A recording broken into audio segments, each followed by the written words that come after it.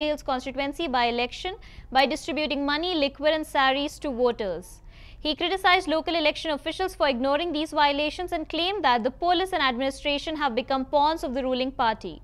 On Monday, BRS leader led by Rao met Chief Electoral Officer Sudarshan Reddy and submitted videos as evidence of the alleged distribution.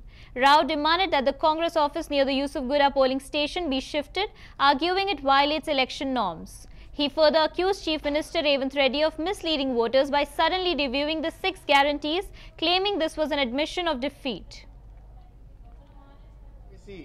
లోపలికి వెళ్ళేటువంటి ఓటర్ల identity గుర్తించిన తర్వాతనే ఓటర్లను లోపలికి పంపాలి. అది ఎవరైనా సరే అందరినీ కూడా ఓటర్ ఐడెంటిటీని పోలింగ్ స్టేషన్ బయటనే గుర్తించాలి.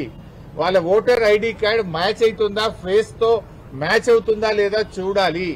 ఓటర్ ఐడి గుర్తించకుండా ఓటర్లను పోలింగ్ స్టేషన్ లోకి పంపకూడదు.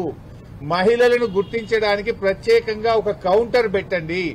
అదొక వాళ్ళకు కంప్లీట్ ఒక రూమ్ లాంటిది ఏర్పాటు చేసి అక్కడ మహిళా ఆశా అంగన్వాడీ వర్కర్లు, మహిళా పోలీస్ అధికారులు ఉండి వారిని గుర్తించిన తర్వాతనే పోలింగ్ స్టేషన్ లోకి అనుమతించాలని వ్రాతపూర్వకంగా మేము కంప్లైంట్ ఇచ్చాం.